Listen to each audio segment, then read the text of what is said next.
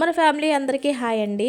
మీరు ఎప్పటినుంచో అడుగుతున్న చికెన్ పచ్చడిని ఈరోజైతే ఇలా మీకు చూపిద్దామని మీ ముందుకొచ్చాను. నేను చికెన్ పచ్చడి ఎలా చేశానో చూపిస్తాను. 2 కేజీలు చికెన్ తీసుకొచ్చి ఒక గిన్నెలో పెట్టాను శుభ్రంగా కడిగేసి. ఇక 3 స్పూన్ల ఉప్పు, ఒక అర స్పూను పసుపు వేసానండి. ఈ పసుపు, ఉప్పు ముక్కలకి బాగా పట్టించాలి. చికెన్ పచ్చడి అంటే చాలామంది బోన్లెస్ చికెన్ తెస్తారు. కానీ నేను అలా కాకుండా ఎప్పుడు ఇంట్లోకి ఎలా తెప్పిస్తానో, చికెన్ వండుకోవాలంటే ఎలా తెప్పిస్తానో అలాగే తెప్పించాను. ఇక ఈ పసుపు, ఉప్పు ముక్కలకి పట్టించి ఆ గిన్నెని స్టవ్ వెలిగించి గిన్నెని స్టవ్ మీద పెట్టేసేయాలి మూత పెట్టి. ఉప్పు పసుపు వేయటం వల్ల ఈ చికెన్లోకి నీరంతా బయటకు వచ్చేస్తుంది. ఆ నీరు పూర్తిగా ఇనికిపోయేంత వరకు కూడా స్టవ్ మీద అలానే ఉంచాలి. అసలు చుక్క కూడా నీళ్ళు ఉండకూడదు. కొంతమంది అయితే కొద్దిగా నీళ్ళు వేసి ఉడకబెడతారు. అలా కాకుండా ఉప్పు పసుపు వేయటం వల్ల మూత పెట్టి స్టవ్ మీద పెట్టడం వల్ల నీరు వస్తుంది కదా, ఆ నీరు పూర్తిగా ఇనికిపోయేదాకా కూడా స్టవ్ మీదే ఉంచాలి. చూసారా, ఇగోండి ముక్కలు ఇలా రావాలన్నమాట. ఈ కలర్కి రావాలి. అడుగున నీరన్నది ఉండకూడదు, అలాగే తేమ అన్నది కూడా ఉండకూడదు. ఇలా ఉడికించుకోవాలి. ఇక ఇలా ఉడికించుకున్న ముక్కల్ని వేయించుకోవాలి. చక్కగా వేయించుకోవాలి. స్టవ్ వెలిగించి కళాయి పెట్టి ఆయిల్ వేసాను. ఆయిల్ వేడెక్కిన తర్వాత ఈ చికెన్ ముక్కల్ని ఇలా వేసి ఎమ్మటనే మూత పెట్టేస్తున్నాను.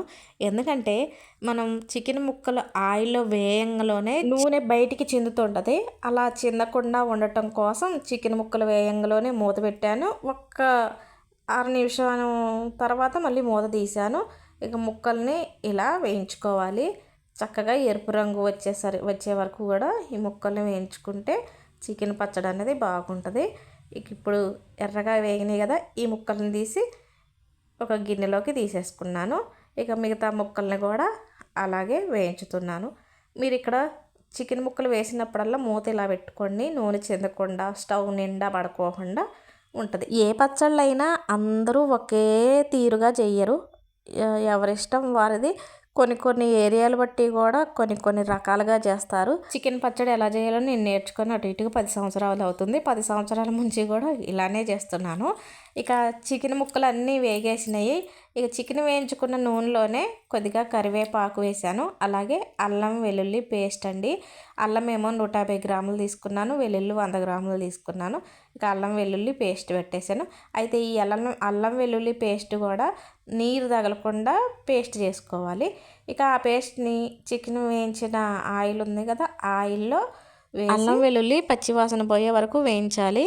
ఈ అల్లం వెల్లుల్లి పేస్ట్ తొందరగా అడుగు మాడుతుంది. అలా మాడకుండా ఇలా గరిటెతో తిప్పుకుంటూ ఉండాలి. అల్లం వెల్లుల్లి పేస్ట్ పచ్చివాసన పోయిన తర్వాత స్టవ్ బంద్ చేసి ఇందులోకి అర స్పూన్ పసుపు, పావు కేజీ కారం వేస్తున్నాను. 2 కేజీల చికెన్కి పావు కేజీ కారం వేసాను. అలాగే ఒక స్పూన్ గరం మసాలా, అర స్పూన్ మెంతి పొడి కూడా వేసేస్తున్నాను.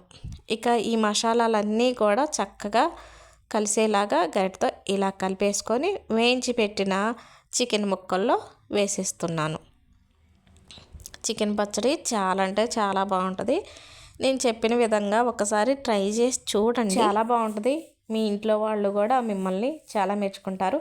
ఇక కారం పావు కేజీ వేసాను కదా, ఉప్పు పావు కేజీకి సగానికి తక్కువగా, పావు కేజీలో సగానికి తక్కువగా ఉప్పు వేసుకోండి. ఎందుకంటే ఉప్పు ఎక్కువైతే అసలు తినలేం, తక్కువ అయితే మళ్ళీ చూసుకొని వేసుకోవచ్చు. అలాగే ఆయిల్ తక్కువైందని కొద్దిగా ఆయిల్ వేడి చేసి చల్లారిన తర్వాత ఈ పచ్చడిలో వేసాను.